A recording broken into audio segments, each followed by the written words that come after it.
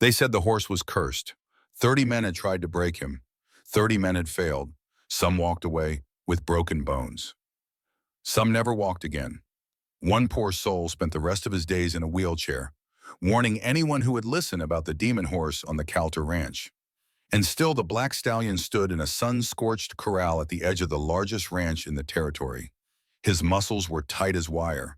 His eyes burned with a fury that dared the world to come closer. His coat was black as midnight, his mane wooled and tangled like a storm frozen in time. His name was Brimstone. The cowboys said he was born from fire and fury. They said no man alive could tame him. They said anyone foolish enough to try would pay with blood.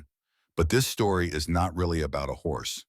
This story is about a woman who had nothing left to lose. A woman who understood fear better than anyone. A woman who would change everything. Her name was Emma, and she was about to step off a train into a life she never expected. The day was hot and dry when the locomotive hissed into the small town of Cedar Hollow, Wyoming. Steam and dust swirled together as the train groaned to a stop. The platform was crowded with people going about their daily business. Men gathered near the general store, some waiting for mail, others just watching strangers come and go like passing weather. Then she appeared. Emma stepped off the train wearing a plain white cotton dress. The fabric was worn thin from weeks of travel. The hem was stained with dust from 3 different states. She carried one small bag that contained everything she owned in the world, and she held a folded letter tight against her chest, pressing it to her heart like it was the only thing keeping her steady. Because it was. She was not loud. She did not rush. Her movements were careful and deliberate, like someone who had learned to make herself small. Her eyes were calm but tired. It was the kind of tired that came from surviving too much without ever feeling safe. The kind of tired that settled into your bones and made you feel older than your years. Emma was 26 years old, but her eyes belonged to someone much older. The men noticed her immediately. They always did when a woman arrived alone in a town like this. A mail-order bride, they guessed. Too small, too quiet, too skinny. Someone who would learn her place fast in this harsh country. Smirks passed between them like shared jokes. A few elbowed each other and made comments just loud enough for her to hear. Wonder how long this one will last. Calter will break her in a week. Probably cry herself to sleep every night. Emma heard every word, but she did not slow down. She did not look at them. She had heard worse. Much worse. Words were just air. She had survived things that would break most people. She walked straight toward the tall man waiting near the platform. His arms were crossed over a broad chest. His hat sat low on his head, shadowing his face. His jaw was set hard, and his entire posture said he would rather be anywhere else in the world. He looked like a man carved from stone. "Are you Mr. Calter?" Emma asked. Her voice was steady. She had practiced saying those words 100 times on the train, making sure they would not shake. Reed Calter studied her longer than was polite. His eyes moved over her face, her dress, her small bag. The letter pressed against her chest.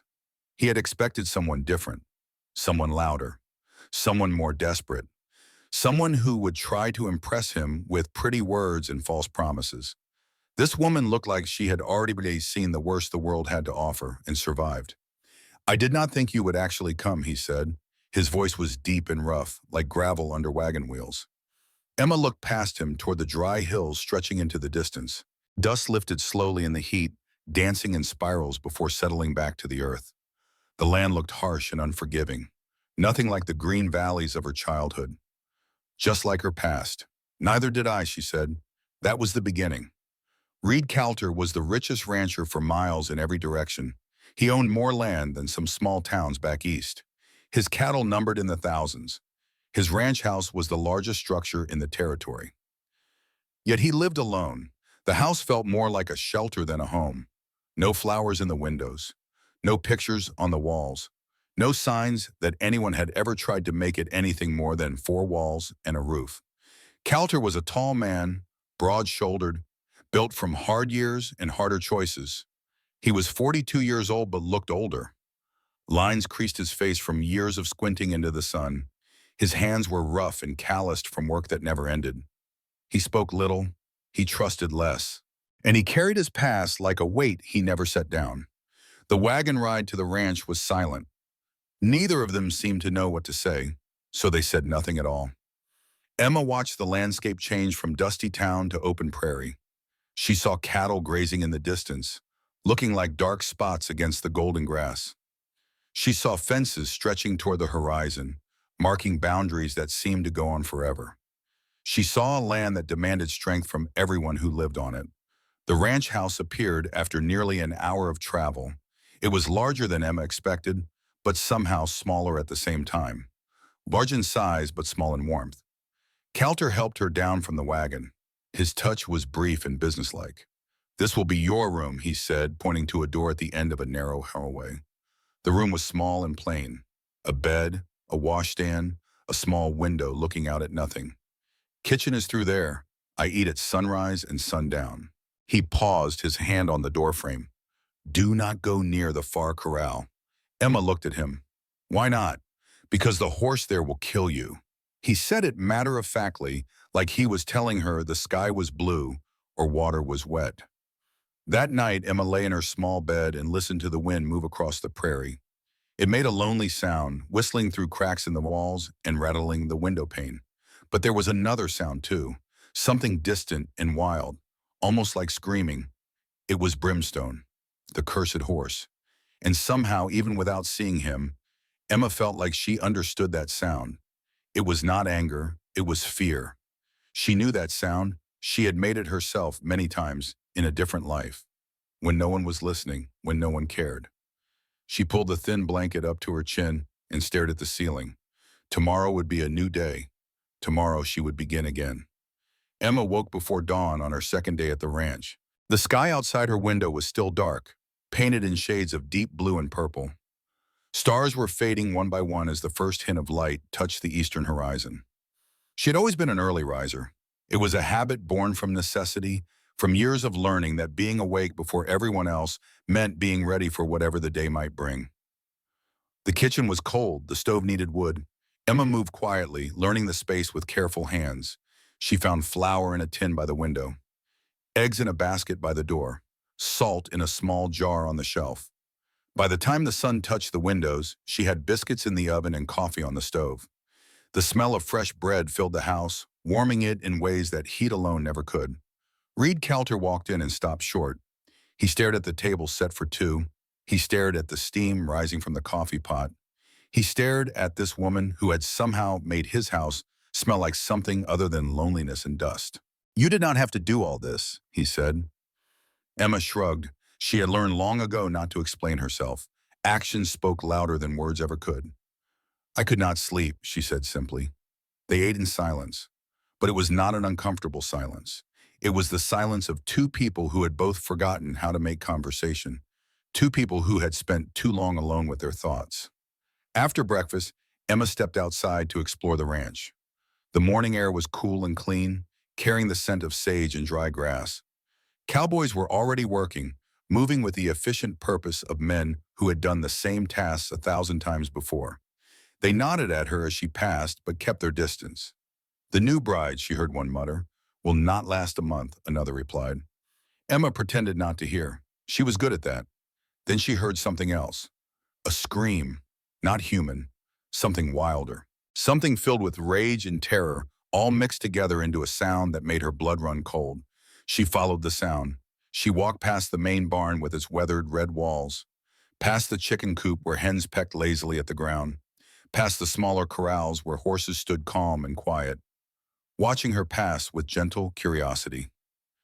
She kept walking until she reached the far edge of the property. And there he was, Brimstone. The stallion was massive, larger than any horse Emma had ever seen. His coat was black as midnight, so dark it seemed to absorb the light around him. His mane was wild and tangled, like no one had dared to brush it in years. His eyes were what caught her attention. They burned with something that made Emma's heart pound in her chest. Something fierce and wild and terrible, but also something else, something familiar. He paced back and forth behind the wooden fence.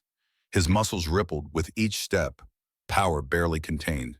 His breath came out in sharp snorts that sent dust swirling into the air. He looked like a storm trapped in a cage. A young man was standing near the corral. He looked maybe 17 or 18 years old, with the lanky build of someone not quite finished growing. He held a rope in his shaking hands, his face pale but determined. "I can do it," the young man said to another cowboy nearby. "Mr. Coulter said whoever breaks that horse gets $50.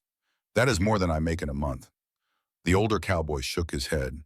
His face was weathered and scarred, the face of a man who had seen too much. "That money is not worth your life, son. That horse has sent better men than you to the undertaker." But the young man did not listen.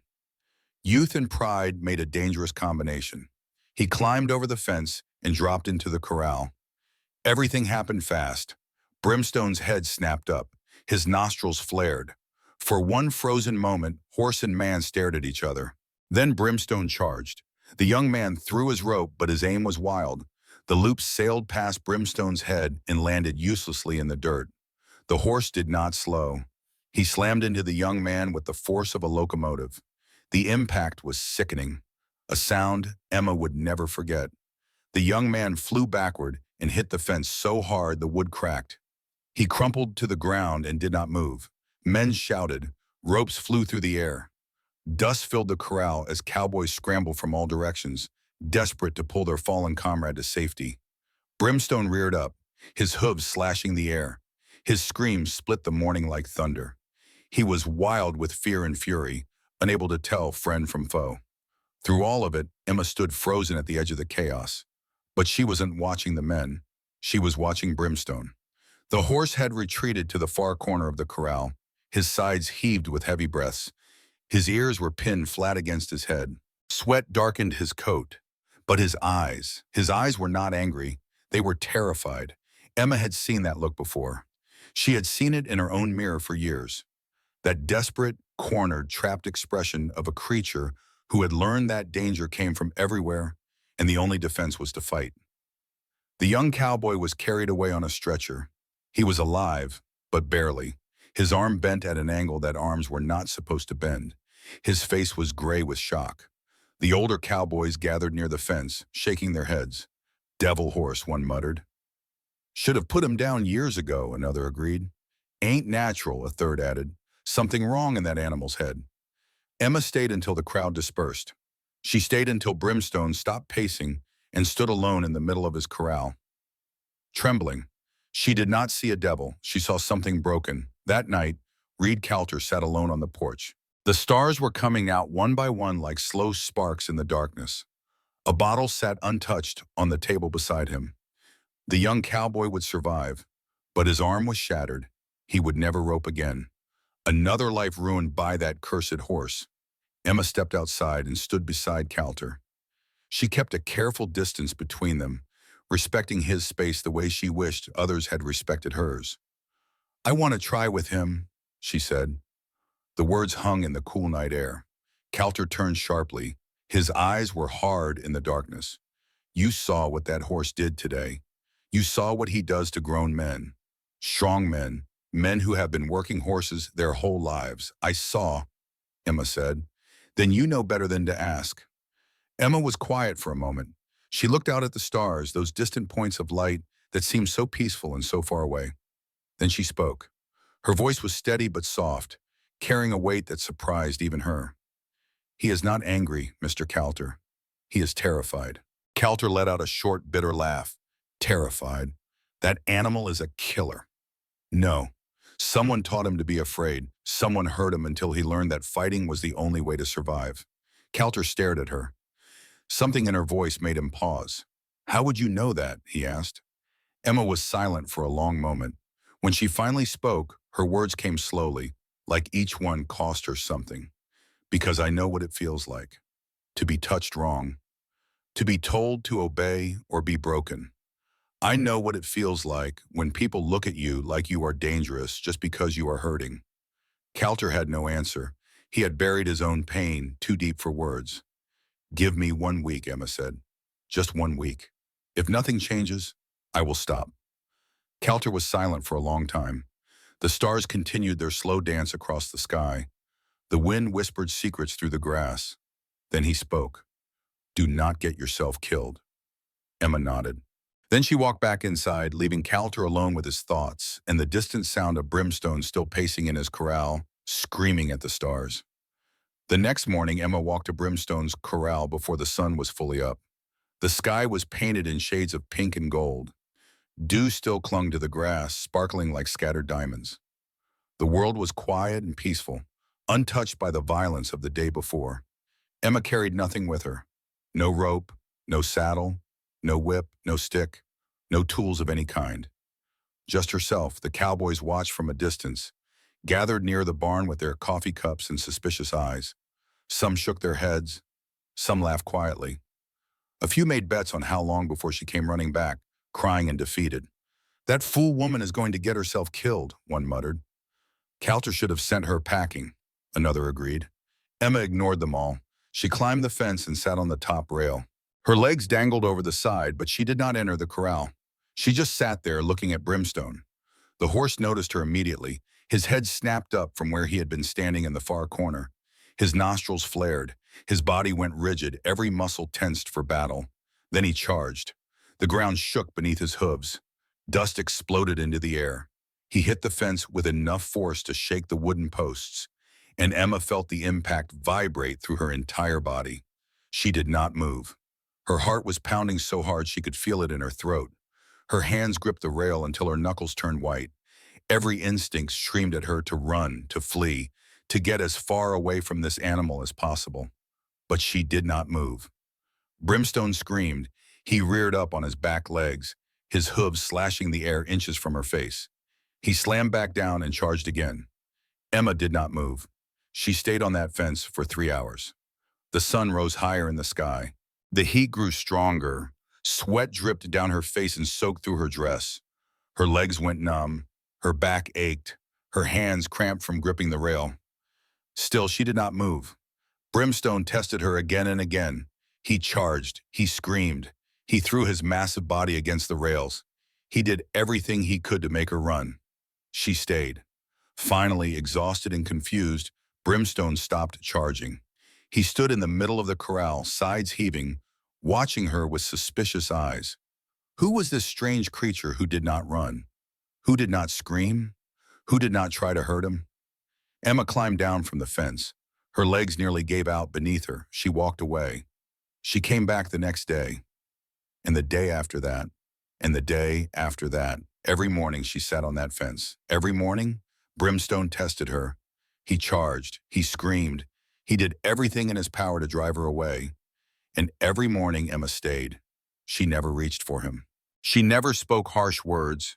She never demanded anything. She just let him see her day after day without fear. Well, that was not entirely true. She was terrified. But she had learned long ago that courage was not the absence of fear. Courage was being afraid and doing it anyway. Reed Calter watched from a distance. At first, he thought she was foolish. What kind of woman sat on a fence for hours letting a dangerous animal charge at her? It was the behavior of someone who did not understand the danger. Then he thought she was stubborn. The days passed, and still she came. Still she sat. Still she stayed. Then he started to wonder if maybe she understood something he did not.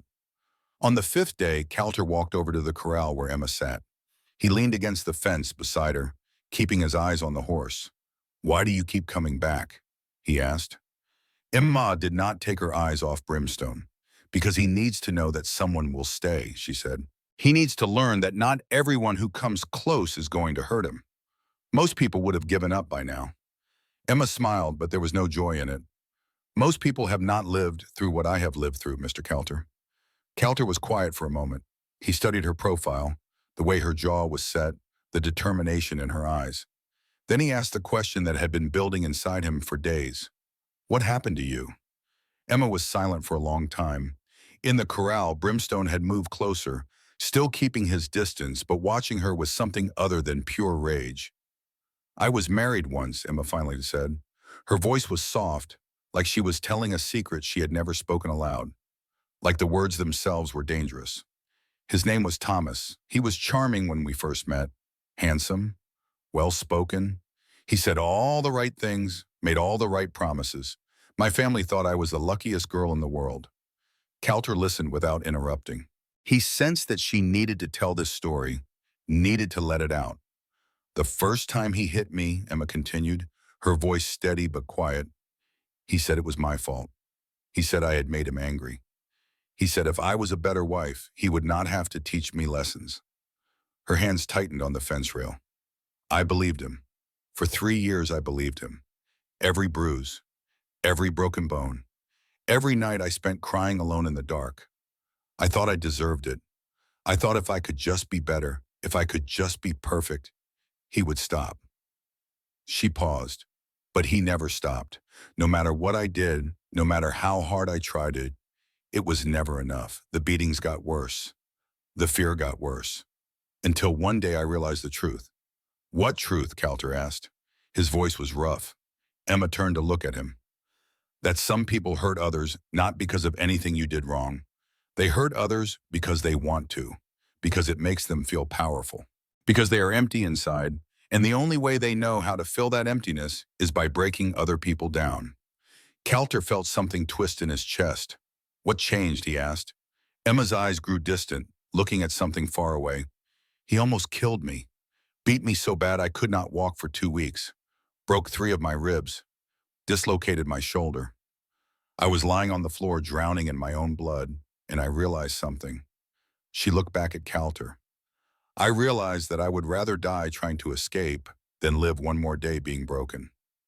So you ran. So I ran. I had nothing, no money, no family who would help, no place to go. I just ran. I ran until I could not run anymore. She looked back at Brimstone. When I look at this horse, I see myself. I see someone who has been hurt so many times that fighting feels like the only option. I see someone who does not know how to trust because trust has only ever led to pain. Emma wiped her eyes with the back of her hand. But I also see someone who can heal. Someone who just needs patience. Someone who just needs one person to stay. Kelter did not know what to say. He had spent so many years building walls around his own heart that he had forgotten what it felt like to let someone see inside. My father was a drunk, he said finally. The words came out rough, like they had been buried for too long, like they had grown thorns during all those years underground. When he was angry, he broke things. Sometimes furniture, sometimes windows, sometimes my mother, sometimes Mito.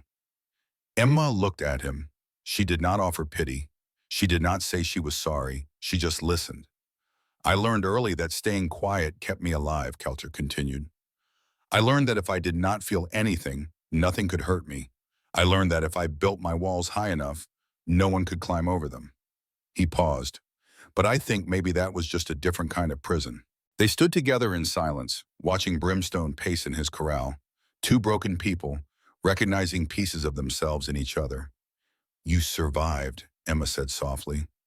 Calter nodded. So did you. For the first time since she arrived at the ranch, Emma felt something loosen in her chest. Like a knot that had been tied too tight for too long was finally starting to come undone. On the 6th day, something changed. Emma was sitting on the fence as usual. Brimstone was pacing as usual. The sun was hot as usual. But when Brimstone charged the fence this time, he stopped short. He stood there, maybe 10 feet away, breathing hard. His eyes locked onto Emma's. They stared at each other for a long moment. Then Brimstone did something he had never done before. He lowered his head. It was small, just a tiny drop of that proud, wild head. But Emma understood what it meant. He was tired of fighting. He was tired of being afraid. He was asking, in the only way he knew how, if maybe they could start over. Emma's eyes filled with tears. She did not wipe them away this time. She let them fall. I know, she whispered. I know how tired you are.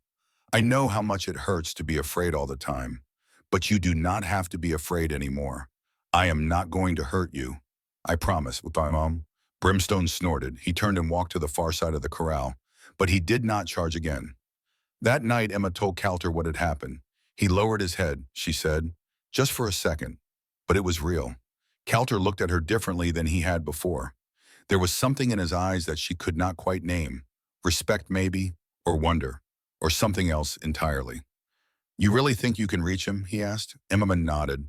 I think he is starting to understand that I am not going to hurt him. He just needs more time. Calter walked to the window and looked out at the darkness. My father used to say that some things are just born broken, he said, that some people and some animals cannot be fixed no matter what you do. Emma walked over to stand beside him. With respect, Mr. Calter, your father was wrong. He looked at her. Nothing is born broken, she said. We are broken by the people who are supposed to protect us, but that means we can be healed by people who are willing to stay. Something shifted between them in that moment, something quiet and powerful. Neither of them named it. Neither of them had to. Calter cleared his throat and stepped back. I will have the boys put extra hay in Brimstone's corral tomorrow, he said. The nights are getting colder. Emma nodded. That would be nice. She walked to her room, but she paused at the door. Thank you, Mr. Calter. For what? For letting me try. For not treating me like I am too broken to matter. Calter was quiet for a long moment. When he spoke, his voice was rough with emotion he could not quite hide. Maybe we are all just trying to find someone who will stay. Emma went to bed that night with something she had not felt in a very long time. Hope. On the seventh day, Emma did something different. Instead of sitting on the fence, she climbed over it. She lowered herself slowly into the corral and stood very still in the dust. Every cowboy on the ranch stopped what they were doing. They stared with open mouths and wide eyes. They held their breath. They waited for the screaming to start. She is crazy, someone whispered. She is dead, another replied. But Emma did not look at them. She looked only at Brimstone.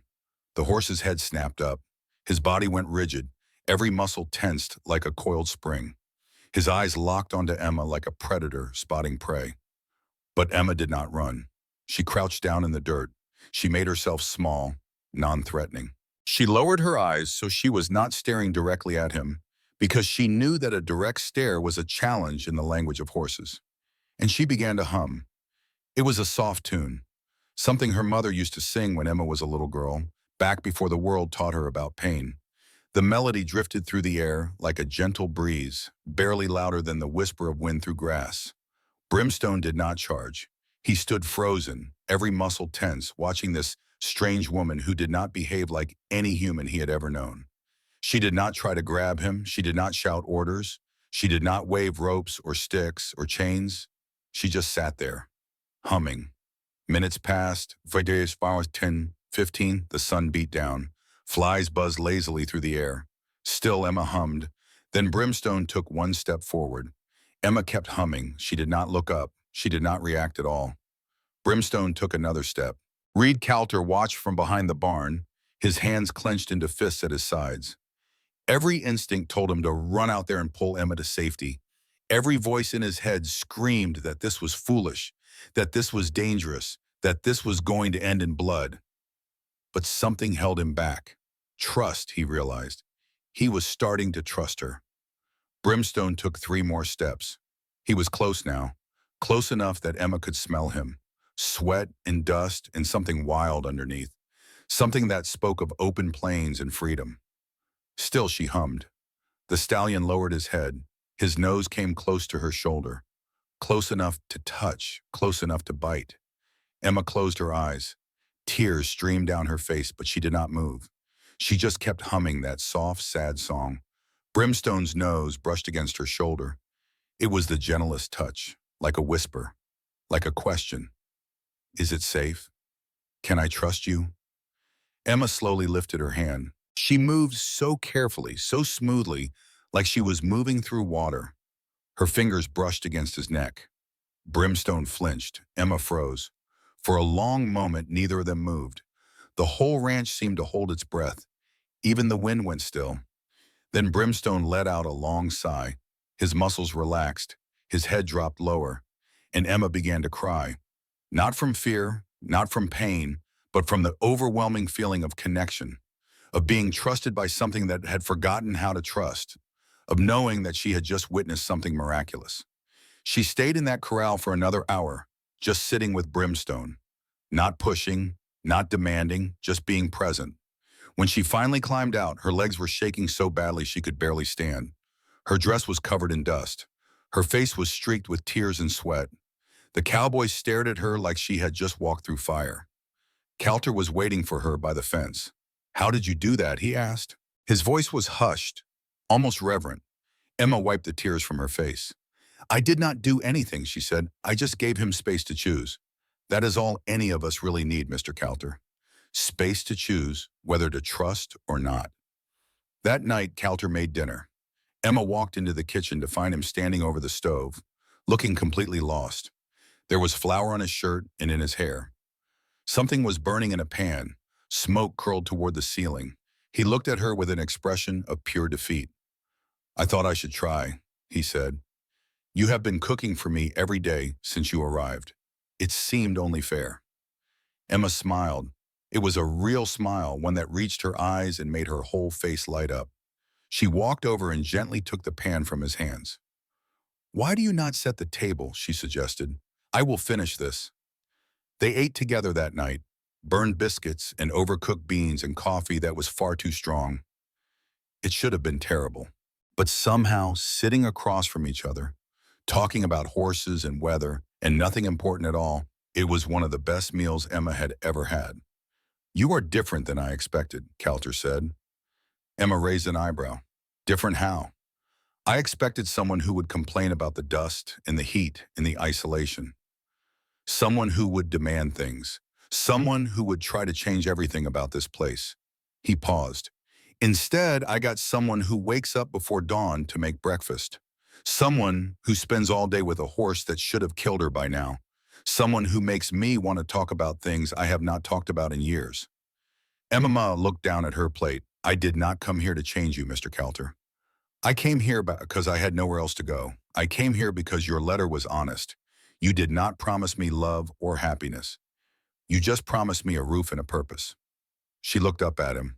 After what I have been through, honesty means more than any pretty words ever could. Calter was quiet for a moment. Then he asked the question that had been weighing on him.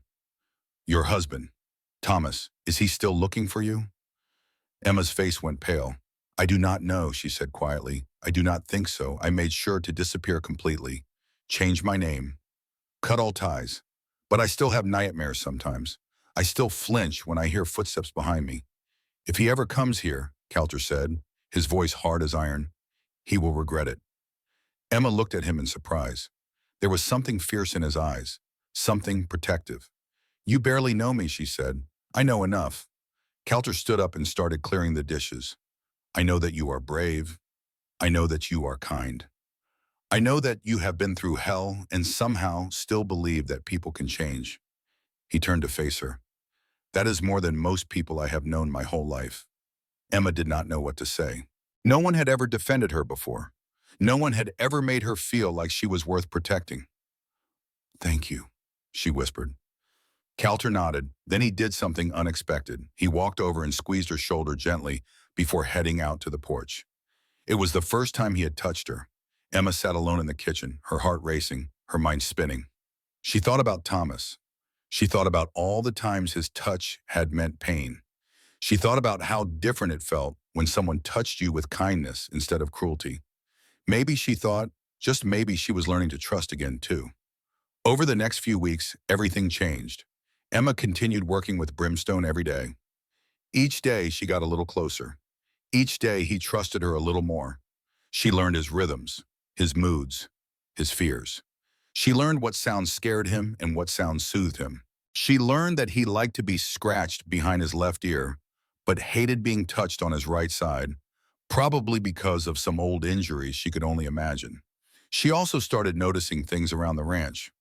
Loose shutters that had been fixed without her asking, extra firewood stacked by her door on cold mornings, a blanket left on her chair on chilly evenings, small kindnesses that added up to something larger.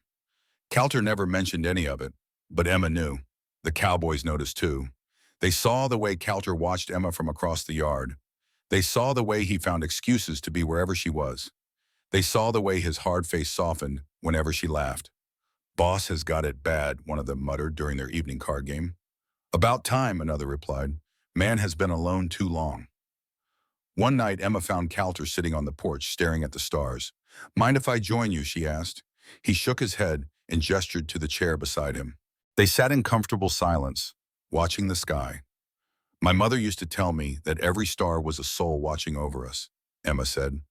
I used to find that comforting. Now I am not so sure. Why not?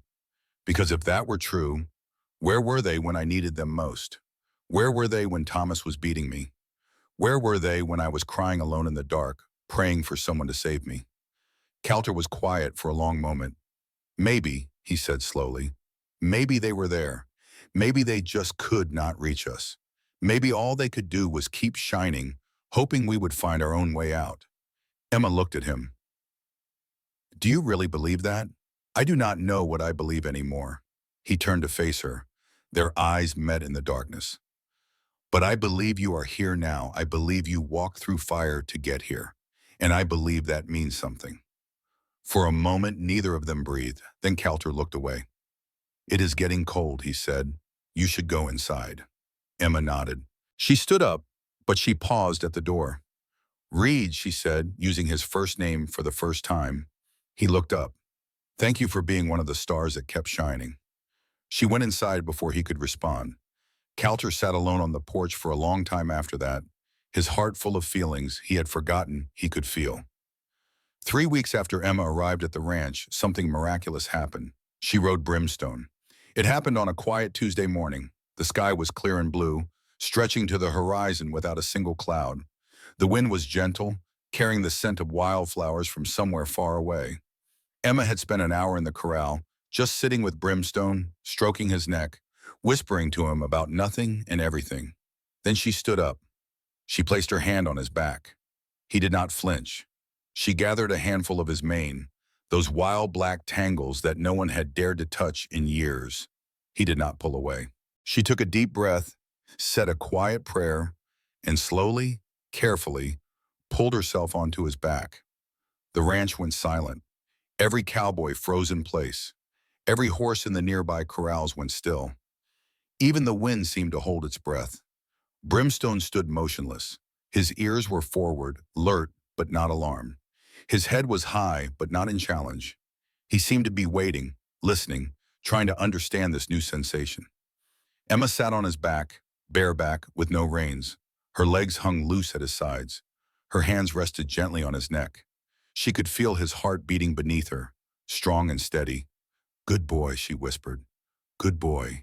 I am so proud of you. Then Brimstone began to walk.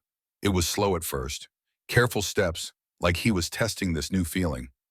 Like he was making sure he could trust the weight on his back. But then he moved faster. He walked the length of the corral with growing confidence. Then he turned and walked back. Emma laughed. It was a sound of pure joy. A sound she had almost forgotten how to make. It bubbled up from somewhere deep inside her, a release of years of fear and pain and doubt. Reed Calter watched from the fence, his heart pounding so hard he thought it might burst. He had seen many things in his life.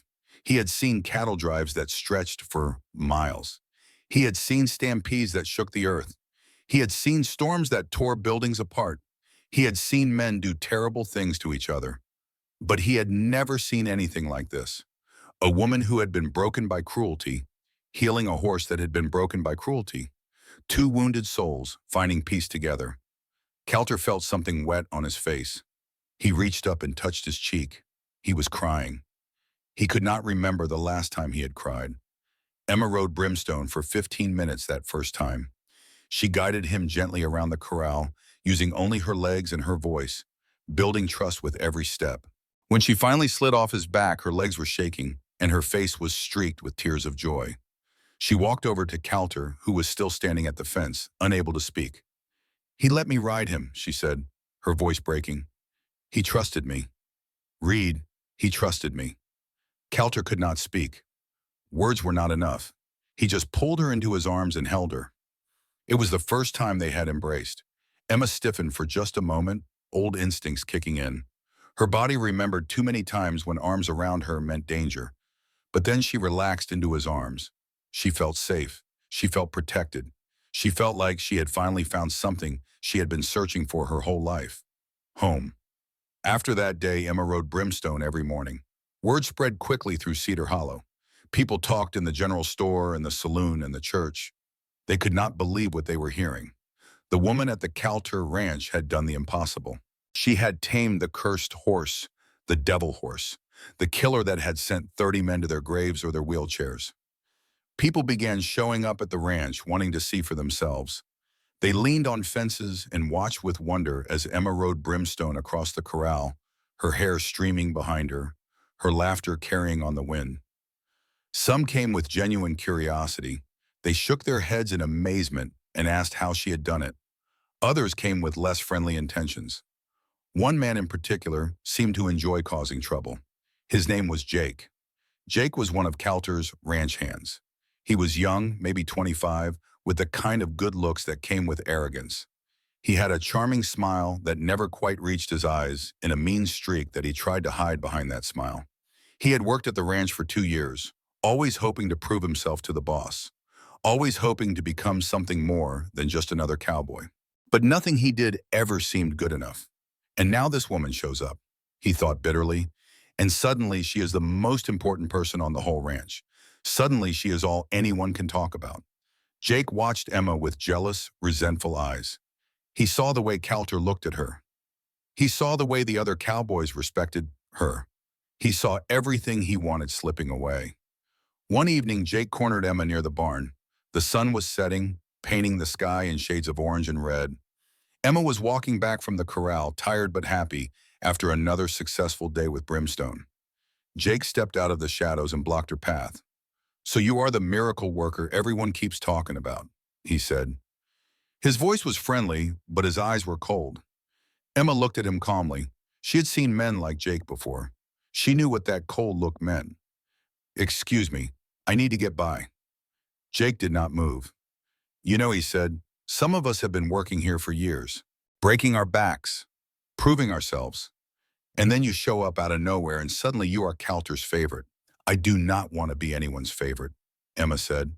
"I just want to do my work." Jake laughed. It was an ugly sound. "Your work? You mean sitting in a corral all day, talking to a crazy horse? That is not work. That is playing." Emma felt her temper rising, but she kept her voice steady. She had learned long ago that losing her temper only made things worse. "If you have a problem with me, Mr. Jake, I suggest you take it up with Mr. Calter. Now please move." Jake leaned closer. His breath smelled like whiskey.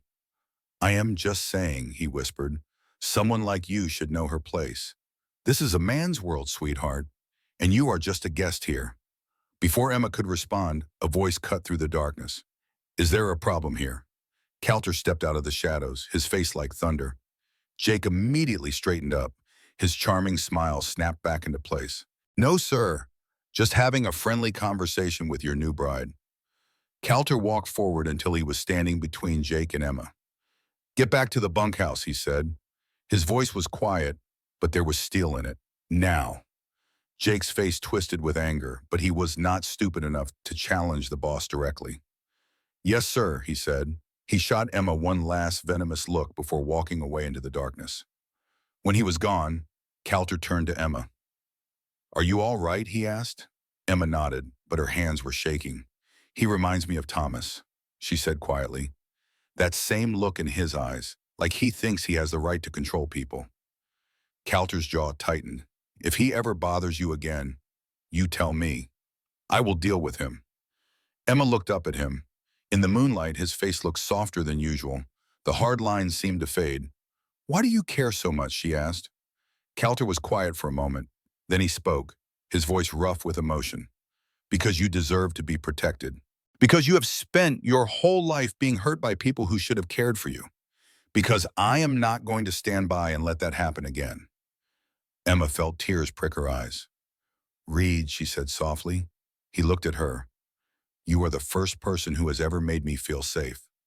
Before either of them could say anything more, a commotion erupted from the far corral. Brimstone was screaming. They both ran toward the sound. When they reached the corral, they found Brimstone rearing and thrashing.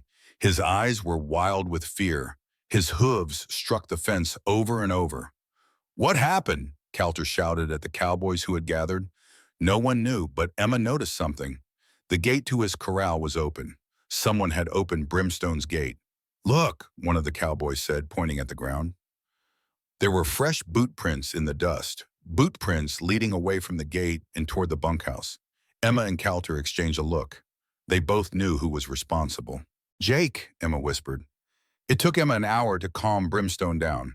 She sat with him in the corral, humming softly, letting him know that she was there, that she was not going to leave. Finally, his breathing slowed. His eyes grew calm. He walked over to her and pressed his head against her shoulder. I know, Emma whispered. I know someone scared you. But I am here now. I will always be here. The next morning, Coulter called Jake into his office. No one knows exactly what was said behind those closed doors, but when Jake came out, his face was pale and his hands were shaking. He packed his things and left the ranch that same day.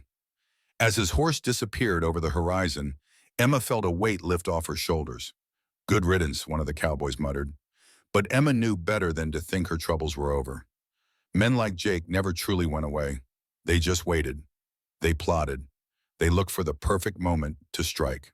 And somewhere in the back of her mind, a voice whispered a warning. This is not over. 1 month after Jake left the ranch, the annual fair arrived in Cedar Hollow.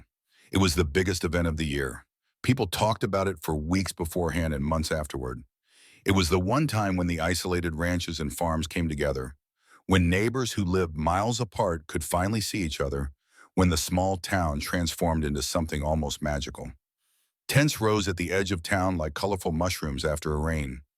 Red and blue and yellow canvas stretched toward the sky. Music filled the air from morning until late at night. The smell of roasted meat and fresh bread and sweet pastries drifted on the wind.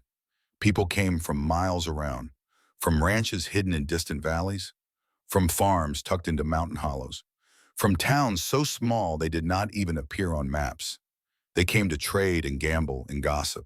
They came to show off their horses and their cattle and their crops. And they came to see the woman who had tamed the devil horse. Reed Coulter did not want to go. Too many people, he grumbled as he sat at the breakfast table. Too much noise, too much foolishness. But Emma convinced him. I have not been to a fair since I was a little girl, she said. Her eyes were bright with excitement. Please, Reed, just for a few hours. Let me see what it is like. Coulter looked at her face. He saw the hope there. The simple joy of someone who had not had many reasons to hope or feel joy in her life. He could not refuse her. He had discovered over the past weeks that he could not refuse her anything. Fine, he said gruffly, but if anyone bothers you, we leave immediately. They arrived at the fair in the early afternoon. Emma's eyes lit up like a child's as she took in all the sights and sounds. Everything was new to her. Everything was wonderful. She bought a ribbon for her hair, a simple blue satin that matched the color of the sky. She watched jugglers tossing balls and knives into the air. She watched acrobats tumbling and spinning in impossible ways. She laughed at the silly songs the musicians played. Tapping her foot to the rhythm, Coulter watched her more than he watched anything else. He loved seeing her happy. He loved seeing her act like someone who had never been hurt, never been broken, never been afraid.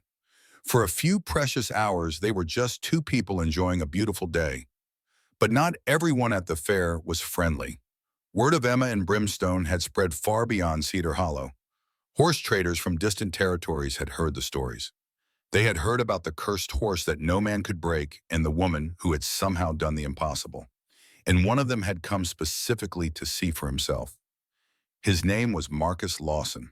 Lawson was a tall man in his 50s, with the bearing of someone who was used to being obeyed. He wore clean boots polished to a mirror shine. Silver buttons gleamed on his expensive coat. His smile was wide and charming, the kind of smile that had fooled many people over the years. But his eyes never smiled. They were cold and calculating, always measuring, always evaluating.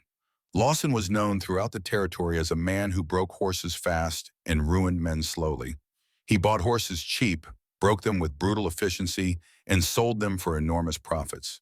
Anyone who crossed him had a way of suffering misfortune. Lost cattle, burned barns, mysterious accidents. No one had ever proven anything, but everyone knew. When Lawson heard about the woman who had tamed the cursed horse, he did not believe it at first. He had seen that horse years ago, before Coulter bought it. He knew what that animal was capable of, so he came to see for himself. And when he saw Emma walking through the fair with Reed Coulter, holding hands like young sweethearts, he decided to introduce himself. "You must be the famous Miss Emma," he said, stepping into their path. His voice was smooth as honey. I have heard so much about you. Emma felt a chill run down her spine. There was something wrong about this man. Something dangerous hiding behind that charming smile. I am sorry, she said. Do I know you? Not yet. Lawson tipped his hat with exaggerated courtesy. My name is Marcus Lawson. I am in the business of horses. Perhaps you have heard of me. Calter stepped forward, putting himself between Lawson and Emma. We are not interested, he said. Lawson laughed. His teeth were white and perfect. So protective. I respect that, Calter. Truly I do. A man should protect what is his. He looked past Calter to Emma. I have a proposition for you, Miss Emma, one that could make you very wealthy. I said we are not interested, Calter repeated. His voice had gone hard, but Lawson ignored him. They say you rode the devil horse, he said to Emma. They say you did the impossible. Now I have to admit, I was skeptical when I heard the stories. But now that I see you in person, I think I understand. He took a step closer. You have something special, a gift, and I am willing to pay handsomely for that gift. Emma spoke before Calter could. Brimstone is not for sale, she said. Her voice was steady, and neither am I. Lawson's smile flickered just for a moment, just long enough for Emma to see the anger underneath. Everything is for sale, Miss Emma. It is just a matter of finding the right price. He reached into his coat and pulled out a thick envelope. $5,000. He set the envelope on a nearby barrel. For one night of your time, you and the horse. In my arena, in front of a crowd. 5 minutes. If you stay on him for 5 full minutes, you keep the money. If you fall off, he paused, his smile widening. Then you come work for me. Emma's blood ran cold. No, Calter said immediately. Absolutely not. But Lawson was not looking at Calter. He was looking at Emma. What is wrong, Miss Emma? Are you afraid your miracle was just luck? Are you afraid to prove yourself in front of a real crowd? Emma felt something spark inside her. She had spent her whole life being told what she could not do. Being told she was not strong enough, not smart enough, not good enough. Being told she should know her place. She was tired of being afraid. I will do it, she said. Calter grabbed her arm. Emma, no, you do not have to prove anything to this man. Emma turned to face him. Her eyes were calm and steady. This is not about proving anything to him, she said. This is about proving something to myself. She looked back at Lawson. I will do it. Tomorrow night, 5 minutes. Lawson's smile was triumphant. Excellent. I will have my men prepare the arena. The whole town will be watching. He picked up the envelope and tucked it back into his coat. Until tomorrow, Miss Emma. He walked away, disappearing into the crowd. Calter turned to Emma, his face twisted with worry. Why did you agree to that? You do not know what kind of man he is. You do not know what he is capable of. Emma touched his face gently. I know exactly what kind of man he is, she said. I have known men like him my whole life. They only have power over you if you are afraid of them. She took his hand. Ian, trust me, Reed, I need to do this. Calter wanted to argue. He wanted to throw her over his shoulder and carry her back to the ranch where she would be safe. But he saw the determination in her eyes. He saw the strength that had been forged through years of pain. He nodded. Then I will be there, he said, right beside you, no matter what. The next 24 hours were the longest of Emma's life. She barely slept. She barely ate. Her mind kept replaying the moment when she had agreed to Lawson's challenge. What had she been thinking? What had she gotten herself into? But every time doubt crept in, she thought of Brimstone. She thought of all those mornings sitting on the fence, earning his trust one moment at a time. She thought of the first time he lowered his head to her, the first time he let her touch him, the first time he let her ride him. They had come so far together. They could do this. She spent the morning with Brimstone, preparing him for what was to come. She rode him slowly around the ranch, talking to him in a constant stream of gentle words, letting him feel her confidence. There will be people, she told him. A lot of people. And noise. They will be loud and scary. But I need you to trust me. Can you do that, boy? Can you trust me? Brimstone pressed his nose against her cheek. It was the only answer she needed. That afternoon, Emma went to her room and sat by the window. She thought about everything that had led her to this moment. She thought about Thomas and the years of abuse. She thought about running away with nothing but the clothes on her back. She thought about the letter she had found in her sister's trunk. Her sister, the real Emma, the woman whose name she had stolen, the woman whose death had given her a second chance at life. "I will make you proud," she whispered to the empty room. "I will prove that your name means something." As the sun began to set, Reed Calter knocked on her door. "It is time," he said. Emma stood up. She looked at herself in the small mirror on the wall. She saw a woman who had been beaten down by life but refused to stay down. She saw a woman who had found strength in the most unexpected places. She saw someone worth fighting for. "Let us go," she said. The arena was packed. Lawson had spread the word throughout the entire fair. "Come see the woman who tamed the devil horse. Come watch her try to ride him in front of a real crowd. Come see if her miracle was real or just a lucky fluke." And the people had come. They came in droves. They crowded onto wooden benches that rose in circles around the dusty arena. They shouted and laughed and made bets with each other. The air was thick with the smell of whiskey and sweat and anticipation.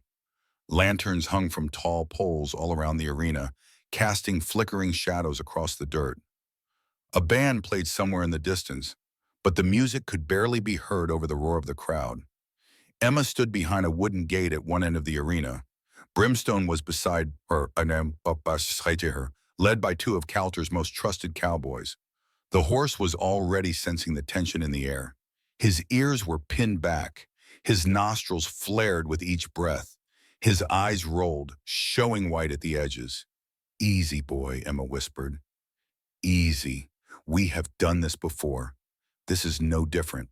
But it was different, and they both knew it. Reed Calter stood nearby, his jaw clenched so tight that Emma could see the muscles twitching in his face. "You do not have to do this," he said one more time. "We can leave right now. Forget about Lawson. Forget about all of it." Emma shook her head. "If I run from this, I will be running for the rest of my life." She looked at him. "And I am done running." Calter took her hand. He pressed something into her palm. Emma looked down and saw a small silver coin. It was old and worn, with a horse etched on one side and words in a language she did not recognize on the other. "It was my mother's," Calter said. "She gave it to me before she died. She told me it would bring me luck." Emma's eyes filled with tears. "Reed, I cannot take this." "Yes, you can." He closed her fingers around the coin. "Bring it back to me when this is over."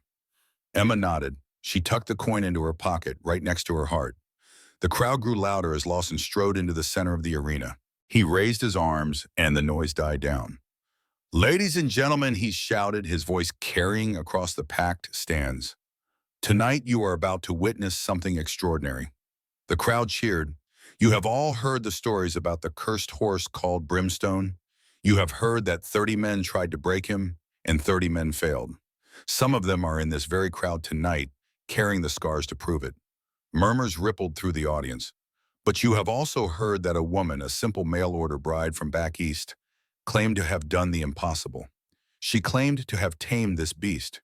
She claimed to have ridden him without saddle or reins." Lawson's smile was wide and predatory. "Tonight we will learn the truth. Tonight Miss Emma will enter this arena and attempt to ride Brimstone for 5 full minutes. If she succeeds, she wins $5,000. If she fails—" He paused for dramatic effect. "Well, let us hope she does not fail." The crowd erupted in cheers and shouts. Money changed hands as final bets were placed.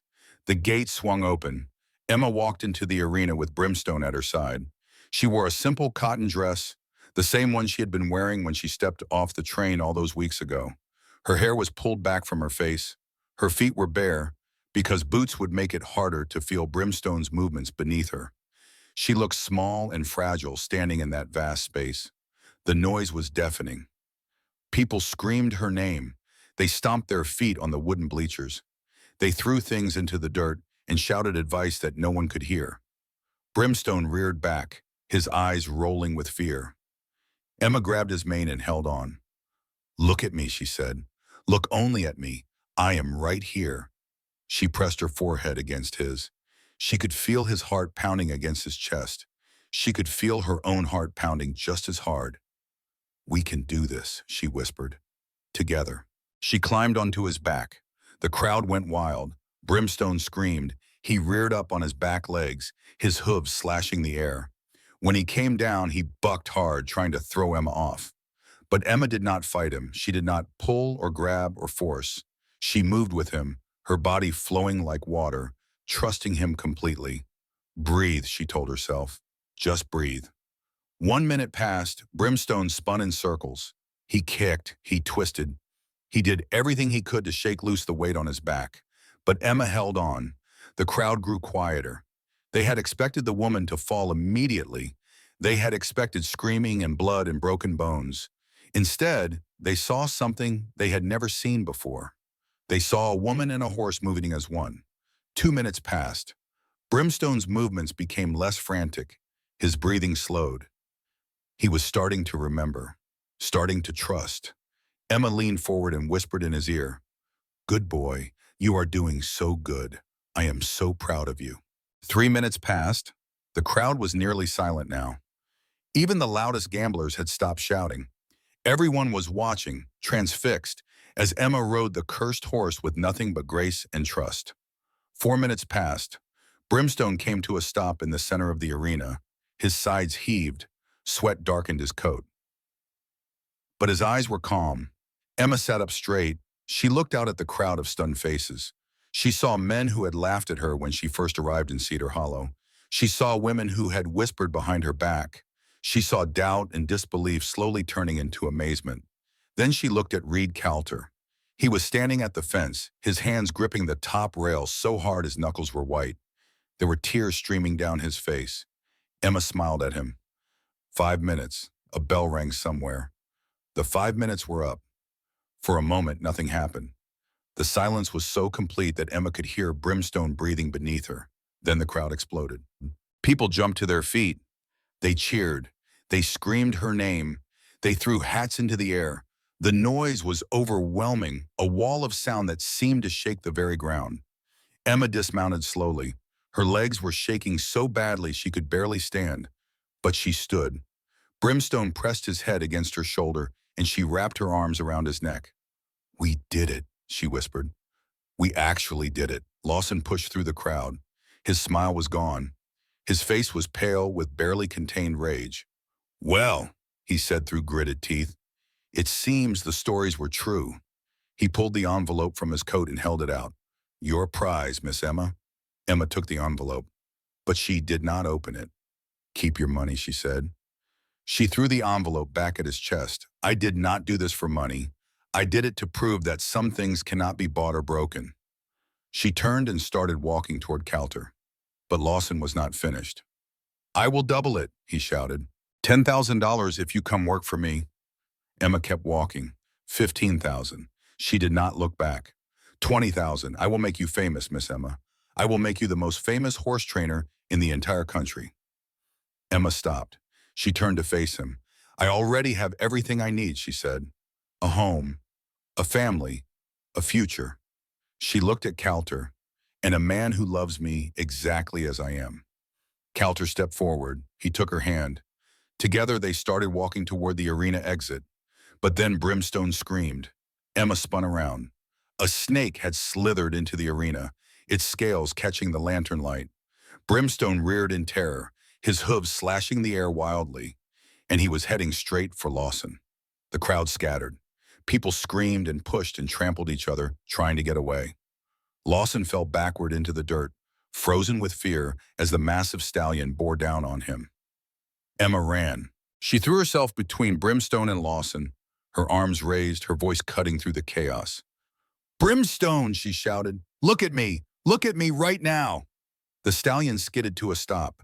His hooves slammed into the dirt inches from where Lawson lay cowering. Emma stepped forward. She placed her hands on Brimstone's face. She looked directly into his wild, terrified eyes. "Slow," she said softly. "Calm. Stay." Brimstone snorted. He stamped his hoof once, twice. Then his head lowered. His breathing slowed. The arena was silent again. Emma grabbed Brimstone's mane and led him away from Lawson without looking back. "You saved him," Coulter said when she reached him. "After everything he tried to do, you saved his life." Emma shook her head. "I did not do it for him. I did it for Brimstone. If he had hurt Lawson, they would have put him down. I was not going to let that happen." Coulter pulled her close. "You are the most incredible woman I have ever met," he said. Emma leaned into his embrace. "Take me home," she whispered. "Please, just take me home." They rode back to the ranch in silence. The night was cool and clear, stars scattered across the sky like diamonds on black velvet. The only sound was the steady rhythm of hooves on the dirt road. Emma sat in the wagon, her body exhausted, but her mind racing. She had done it. She had proven herself in front of the whole town. She had shown everyone that she was not just some helpless mail-order bride. But there was still one thing she had not done. She had not told Reed the truth that had been eating at her since the day she arrived, the truth that could destroy everything they had built together, the truth that made her a liar and a fraud. When they reached the ranch, Calter helped her down from the wagon. His touch was gentle, his eyes full of love and pride. "You should rest," he said. "It has been a long night." Emma shook her head. "I need to talk to you first," she said. "There is something I have to tell you." Calter looked at her with concern. "Can it wait until morning?" "No." Emma's voice cracked. "It cannot wait any longer." They went inside. Calter lit the lamps while Emma stood by the window, looking out at Brimstone grazing peacefully in the moonlight. "Reed," she said without turning around, "if I told you I was not the woman you wrote to, what would you do?" Calter froze. "What do you mean?" Emma turned to face him. Tears were already streaming down her face. "The woman you were writing to, the woman named Emma, she was my sister." Calter stared at her. He did not speak. He barely seemed to breathe. "We were very close," Emma continued, her words tumbling out in a rush. "She was older than me by 2 years. When I ran away from Thomas, I went to her. She was living in Missouri in a little town called Springfield. She took me in. She hid me. She nursed my wounds. She saved my life." She paused, struggling to control her emotions. But she was sick. She had been sick for a long time. Something in her lungs. The doctors could not help her. They said it was consumption, and there was nothing anyone could do. Emma walked to the table and sat down heavily. "She received your letter a week before she died. She was so excited. She kept reading it over and over. She said it was her chance at a new life, a fresh start, a chance to leave all her troubles behind." Calter sat down across from her. His face was pale. "Your sister," he said slowly. "She was the real Emma." "Yes." Emma wiped her eyes with the back of her hand. "After she died, I did not know what to do. I had no money, no family who would help. Thomas was still looking for me. I was going to be out on the street." She looked down at the table. "And then I found your letter." Calter was silent for a long moment. "So you took her place," he said. Emma nodded. "I know it was wrong. I know I should have written to you and explained. But I was desperate and scared. And when I read your letter, I felt like maybe this was my second chance. Maybe this was the universe giving me one more opportunity to start over." She finally looked up at him. "I came here with nothing but lies. I took your kindness under false pretenses. I let you believe I was someone I was not." Calter stood up. He walked to the window and stood there for a long time, his back to her. "What was your real name?" he asked finally. "Clara. Clara Morgan." "Clara." He turned around. Emma expected to see anger in his eyes, betrayal, disgust. She expected him to tell her to leave, to pack her things and get out of his house. She had been preparing for this moment since she arrived. Instead, she saw something else. Understanding. "I am so sorry," she whispered. "If you want me to leave, I will understand." Calder walked back to the table. He knelt down in front of her and took her hands in his. "Do you know why I placed that advertisement?" he asked. Emma shook her head. "Because I was lonely. Because I was tired of being alone. Because I thought maybe, just maybe, if I was honest about who I was and what I needed, someone would come who could see past all my flaws." He squeezed her hands. "I did not fall in love with a name, Clara. I fell in love with a woman who sits with a terrified horse every morning. I fell in love with a woman who makes my cold house feel like a home. I fell in love with a woman who has been through hell and still believes in second chances." His voice broke. "I do not care what name you use. I care about who you are." Emma stared at him through her tears. "You are not angry." Calder smiled. "How could I be angry? You came here with nothing and gave me everything. You gave me hope. You gave me connection. You gave me a reason to keep going." He reached up and wiped a tear from her cheek. Your sister would be proud of you." Emma let out a sob. All the guilt, all the fear, all the shame she had been carrying since she stepped off that train came pouring out of her. Calter held her while she cried. He did not say anything. He did not need to. He just held her and let her know that she was not alone anymore. When she finally stopped crying, they sat together in the quiet lamplight. "What happens now?" Emma asked. Calter thought for a moment. "I think," he said slowly, "we start fresh. No more secrets, no more lies. Just two people trying to build something good together." He stood up and offered her his hand. "What do you say, Clara? Will you stay?" Emma looked at his outstretched hand. She thought about everything she had been through. The abuse, the fear, the running, the hiding, the lies. And then she thought about everything she had found here. A home, a purpose, a family, a love. She took his hand. "Yes," she said, "I will stay." That night, for the first time since she arrived at the ranch, Emma slept without nightmares. They were married on a perfect autumn day. The leaves had turned gold and red, painting the landscape in colors that took Emma's breath away. The air was crisp and clean, carrying the scent of wood smoke and fallen leaves. The ceremony took place under the old sycamore tree by the dry riverbed. It was the same spot where Emma had once sat shaking with fear, wondering if she had made a terrible mistake. The same spot where Brimstone had first allowed her to ride him. The same spot where she had found peace after years of running. Now it was the place where two broken people would become whole. There were no fancy decorations, no expensive flowers, no crowds of guests dressed in their finest clothes. Just Emma, Calter, the minister from Cedar Hollow, and the ranch hands who had become like family. And Brimstone, of course. The horse stood a few feet away, watching the proceedings with calm, gentle eyes. He wore a garland of wildflowers around his neck, which Emma had made herself that morning. "Do you, Reed Calter, take this woman to be your lawfully wedded wife?" the minister asked. "To have and to hold from this day forward, for better or for worse, for richer or for poorer, in sickness and in health until death do you part?" "I do," Calter said without hesitation. His voice was strong and clear.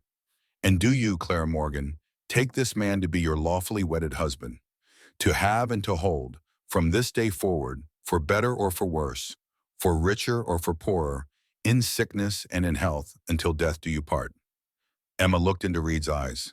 She saw all the pain he carried, all the loneliness, all the fear. And she saw something else too, hope. "I do," she said. "By the power vested in me by God in the territory of Wyoming," the minister declared, "I now pronounce you husband and wife. You may kiss the bride." Calter took Emma's face in his hands. He looked at her for a long moment, memorizing every detail. The way the sunlight caught her hair, the way her eyes sparkled with tears of joy, the way her smile transformed her whole face. "I love you," he whispered. "I love you too," she whispered back. Then he kissed her. The ranch hands cheered. Someone started playing a fiddle. Brimstone let out a soft whinny that sounded almost like approval, and Emma cried, not from sadness, not from fear, from joy. The celebration lasted late into the night. There was food and music and dancing. The ranch hands told stories about their bosses, most of them embarrassing, all of them affectionate. Emma laughed until her sides hurt. At some point during the evening, she slipped away from the crowd. She walked to Brimstone's paddock and stood beside him in the moonlight. "Thank you," she whispered, stroking his neck. "Thank you for trusting me." Brimstone pressed his nose against her shoulder. It was the same gesture he had made the very first time he let her close. "We healed each other," she said. "You showed me that it was possible to trust again. You showed me that the past does not have to define the future." The horse snorted softly. Emma laughed. "I know. I am being sentimental. But it is my wedding day. I am allowed." She heard footsteps behind her and turned to find Calter approaching. "I wondered where you went," he said. "Just saying goodnight to an old friend."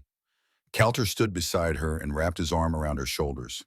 "You know," he said, "when I bought this horse, I thought he would be the death of me. I thought he was the worst decision I ever made." He looked at Brimstone. "Turns out he was the best." Emma leaned against her husband. "Funny how that works," she said. "The things we think are curses often turn out to be blessings." They stood together in comfortable silence, watching the stars wheel slowly overhead. Then Coulter spoke again.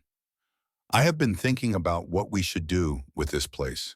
All these people who keep coming to us, looking for help, we cannot turn them away.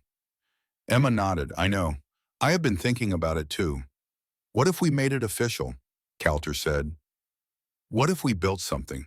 A real sanctuary, a place where a broken horse and broken people can come to heal. Emma looked at him. A sanctuary, she repeated. We could call it Brimstone Sanctuary, after the horse that started it all. Emma felt tears prick her eyes again. Read Coulter, she said. That is the most beautiful idea I have ever heard. Is that a yes? She kissed him. That is absolutely a yes. The years that followed were filled with more love than Emma had ever imagined possible. The Brimstone Sanctuary grew slowly but steadily. Word spread throughout the territory and beyond about the ranch where healing happened. People came from hundreds of miles away, bringing their wounded horses and their wounded hearts. Some stayed for days, some stayed for months. Some never left at all. The cowboys who had once laughed at Emma now worked alongside her, learning her gentle methods, spreading her message of patience and kindness. We do not break things here, became the unofficial motto of the sanctuary. We build them back up.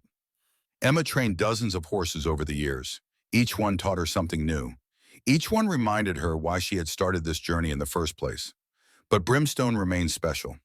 The old stallion lived longer than anyone expected. His mane turned gray, his steps grew slower, but his eyes never lost their gentle wisdom. Every morning Emma would walk to his paddock and spend a few minutes just being with him. Sometimes they would walk together along the riverbed. Sometimes they would stand in companionable silence, watching the sun rise over the mountains. You started all of this, Emma would tell him. You believed in me when no one else did. And Brimstone would press his nose against her shoulder, the same way he had done 1,000 times before. Reed and Emma had 3 children over the years. The oldest was a boy named Reed Jr., though everyone called him RJ. He had his father's serious nature and his mother's kind heart. The middle child was a girl named Sarah, after Emma's sister. She had a gift with horses that even Emma admitted was remarkable. The youngest was another girl named Hope, and she lived up to her name every single day. The children grew up surrounded by love and animals and purpose. They learned to ride almost before they could walk. They learned that kindness was strength and patience was power, and they learned the story of how their mother and father had found each other.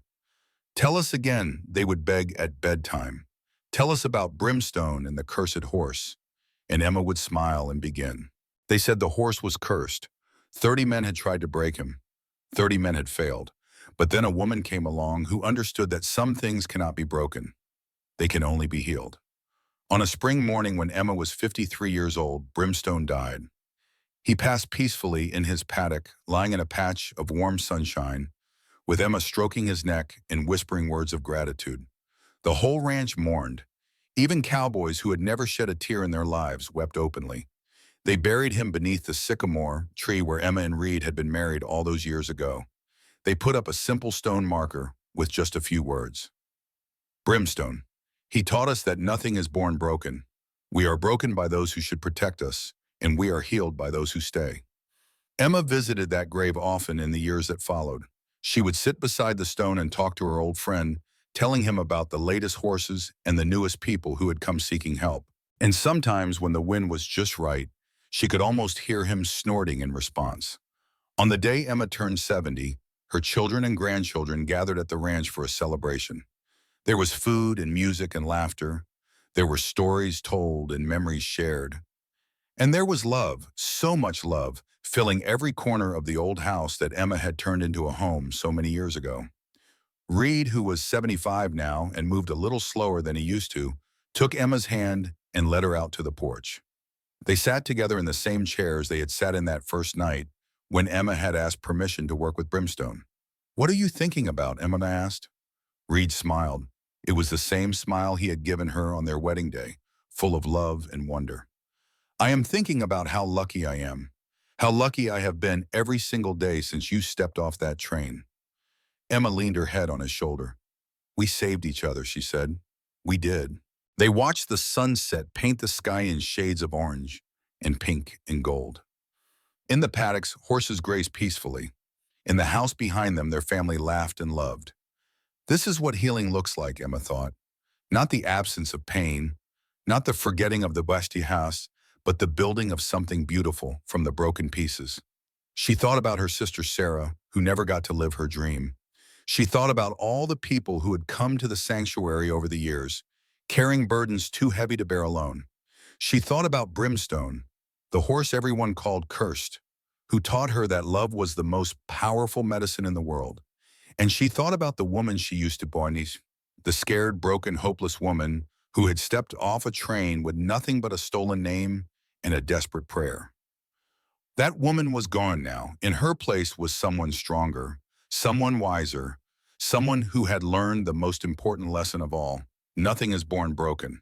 We are broken by the people who are supposed to protect us, but we can be healed by patience, by kindness, by love, by someone who is willing to stay.